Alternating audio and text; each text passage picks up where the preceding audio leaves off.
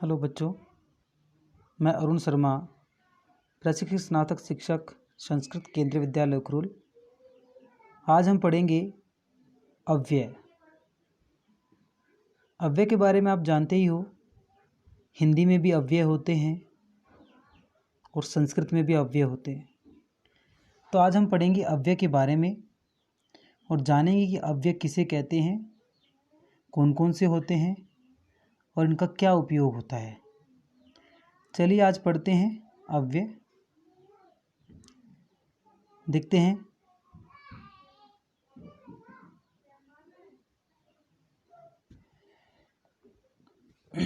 अव्यय।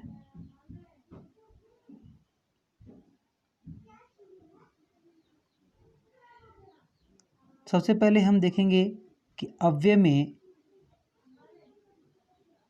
कितने शब्द हैं और किन किन शब्दों के योग से बना है। देखिए, अव्यय शब्द दो शब्दों के योग से बना है। कौन कौन से दो शब्द हैं? एक है ए और दूसरा है व्यय। ए का अर्थ होता है नहीं और व्यय मतलब होता है खर्च। मतलब क्या हो गया? नहीं खर्च, मतलब जो खर्च नहीं होता है, जिसको हम खर्च नहीं कर सकते, व्यय नहीं कर सकते, उनमें कोई भी परिवर्तन नहीं कर सकते, वह अव्यय कहलाते हैं। आगे बढ़ते हैं और इसकी परिभाषा देख लेते हैं एक बार। अव्यय की परिभाषा में देखिए, परिभाषा है न वेति अव्ययम। न वेति अव्ययम मतलब जो खर्च नहीं होता है उसे अव्यय कहते हैं। कहने का तात्पर्य है कि जो शब्द हर स्थिति में अपरिवर्तित रहता है, कैसी भी स्थिति हो, कैसा भी उनके सामने स्थिति आ जाए, लेकिन वह क्या रहे? अपरिवर्तित रहे, कोई चेंज ना हो, कोई परिवर्तन ना हो। यह एक अव्यय की परिभाषा हो गई। यह हो गया सिंपल तरीके से हमें समझने के लिए। एक दूसरा स्लाइड देखते हैं, उसमें लिखा हुआ है संस्कृत में। एक देखिए, सदृशम त्रिषु लिंगेषु सर्वासु च विभक्तिषु वचनेषु च सर्वेषु यन्न वेति तदव्ययम्।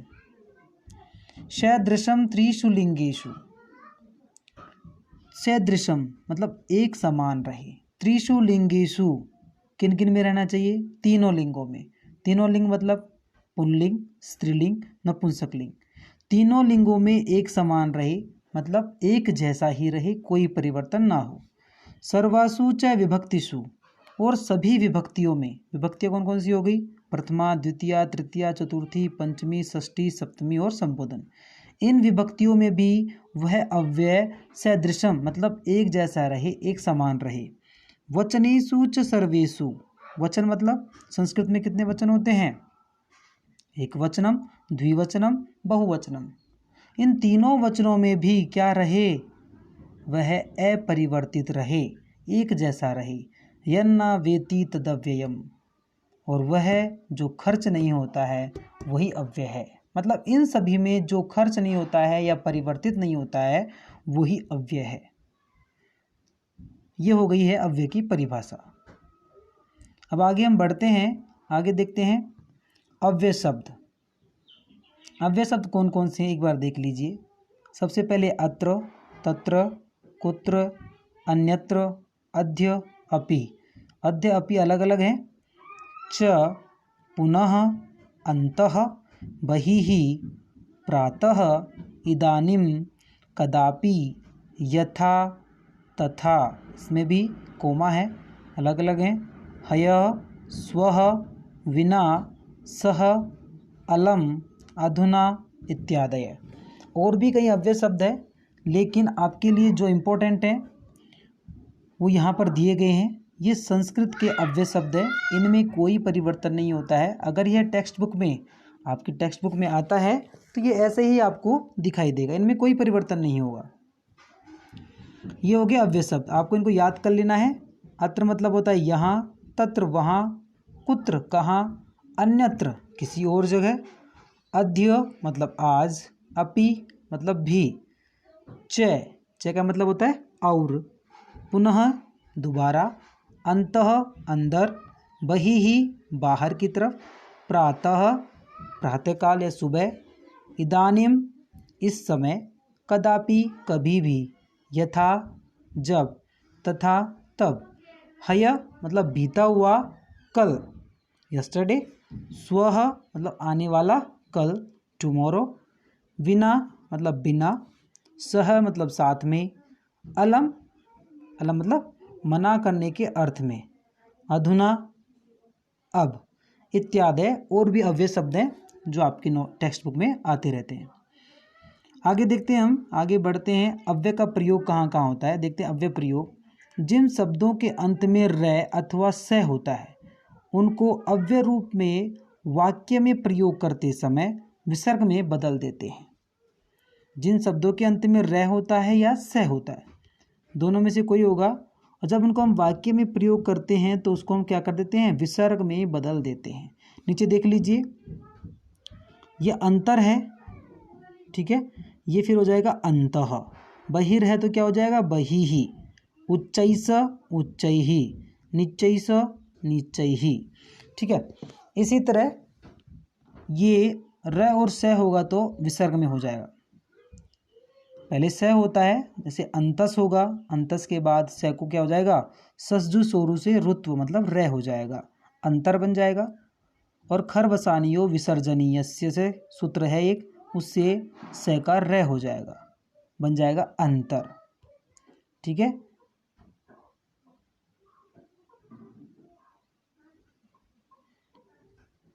बहिर का बही हो जाएगा, खरबसानियो विसर्जनीयस्य से विसर्ग हो जाएगा, इसलिए बही बन जाएगा।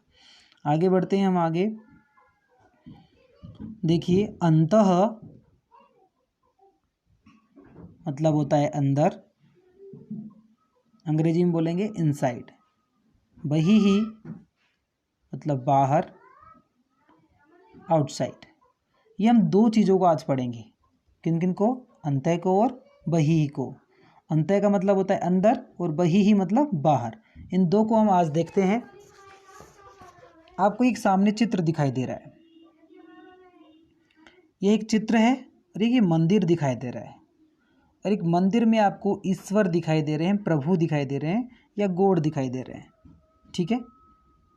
अब ये आपको जो गॉड दिखाई दे रहे हैं वो मंदिर के अंदर हैं या बाहर है, ये आपको पता लग रहा होगा कि ये मंदिर के अंदर हैं, ठीक है। तो हम किसका प्रयोग करेंगे यहाँ पे, अंतः का। एक और चित्र देखिए, यह आपको फिर से एक मंदिर दिखाई दे रहा है, लेकिन मंदिर में ईश्वर नहीं है, और वो ईश्वर कहाँ है, बाहर की तरफ है, मंदिर में नहीं है। मंदिर में होगा तो अंतः, और मंदिर के बाहर है इसलिए बहिः, ठीक है। अंदर होगा तो अंतः, मंदिर के बाहर है तो बहिः, कोई भी चीज़ होगी। आगे हम एक और समझ लेते हैं।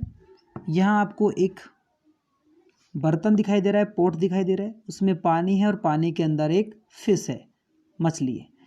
जो ये मछली है पानी के अंदर है या पोट के अंदर है, इसलिए अंदर के लिए हम अंतः। यहाँ पे दिखाई दे रहा है एक ट्राइंगल, त्रिभुज, वो इससे बाहर है। कौन है बाहर, गजः हाथी, ये इससे बाहर है इसलिए बहिः, ठीक है। अंदर के लिए अंतः और बाहर है, इससे बाहर है इसलिए बहिः। चलिए अब हम समझ लेते हैं वाक्य प्रयोग के साथ। आपने पहला चित्र देखा था, एक मंदिर था और मंदिर के अंदर प्रभु हैं, ईश्वर हैं, इसलिए वाक्य क्या हो जाएगा, मंदिरस्य अंतः ईश्वरः अस्ति, मंदिर के अंदर ईश्वर हैं। आज हम केवल अंतः बहिः ही पढ़ेंगे। अंतः मतलब अंदर, बहिः मतलब बाहर। यहाँ पर चित्र एक मंदिर का है और मंदिर के अंदर ईश्वर हैं, इसलिए हमारा वाक्य क्या होगा, मंदिरस्य अंतः ईश्वरः अस्ति, ठीक है। अगला चित्र हम देख लेते हैं। एक चित्र दिखाई दे रहा है, ये मंदिर वाला ही, इसके मंदिर के अंदर कोई नहीं है, मंदिर के बाहर है ईश्वर, तो क्या हो जाएगा, मंदिरात बहिः ईश्वरः अस्ति। अगर इसमें अंतः का प्रयोग यहाँ पर जैसे खाली जगह आती है और आपसे पूछा जाता है कि यहाँ पे अंतः और बहिः में से, पहला चित्र देखिए, अगर आपसे पूछा जाता है कि इसमें कौन सा अव्यय प्रयुक्त होगा, अंतः होगा या बहिः होगा, तो आप चित्र देख के बता सकते हो या सेंटेंस पढ़ के बता सकते हो, मंदिरस्य अंतः मतलब अंदर है और बही मतलब बाहर है। ठीक है, अगला चित्र देखते हैं, उससे समझते हैं। ये एक पेटिका है, बॉक्स है।